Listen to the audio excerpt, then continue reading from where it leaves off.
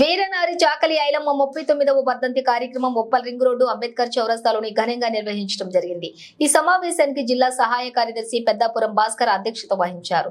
ఈ కార్యక్రమానికి ముఖ్య అతిథిగా పాల్గొన్న జిల్లా కార్యదర్శి జ్యోతి ఉపేందర్ మాట్లాడుతూ చిట్యాల ఐలమ్మ వీర తెలంగాణ సాయుధ పోరాటంలో దొరలకు వ్యతిరేకంగా బాంచన్ దొరాన్ని కాళ్లు ముక్కత అనే నినాదానికి చరమ గీతం పాడుతూ దొరల గడీలలో గడ్డి మొలిపించిన ఘన చరిత్ర వీరనారి చాకలి ఐలమ్మది అన్నారు.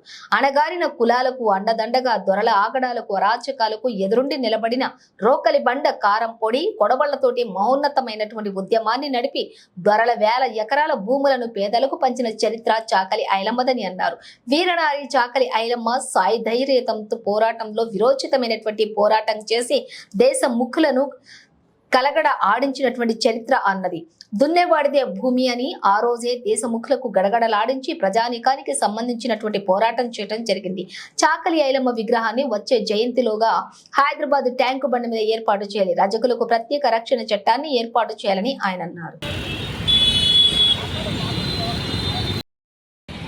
ఐలమ్మ పోరాటం చేసిన ఘనతలు కాబట్టి ఇలా ప్రపంచవ్యాప్తంగా ఐలమ్మను దేవతగా కొలసడం జరుగుతున్నది.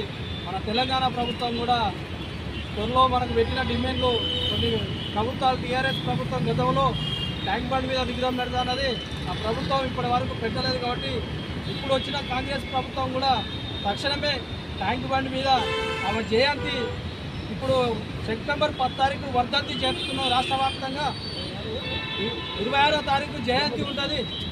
జయంతి వరకు ట్యాంక్ బండ్ మీద ముఖ్యమంత్రి రేవంత్ రెడ్డి గారు ఆమె విగ్రహం పెట్టి జయంతి గవర్నమెంట్ లాంఛనాలతో జయంతి జరపాలని తెలంగాణ రజకుల సంఘం మేడ్చల్ జిల్లా కమిటీ తరఫున మేము పోరాటం చేయడం జరుగుతున్నది.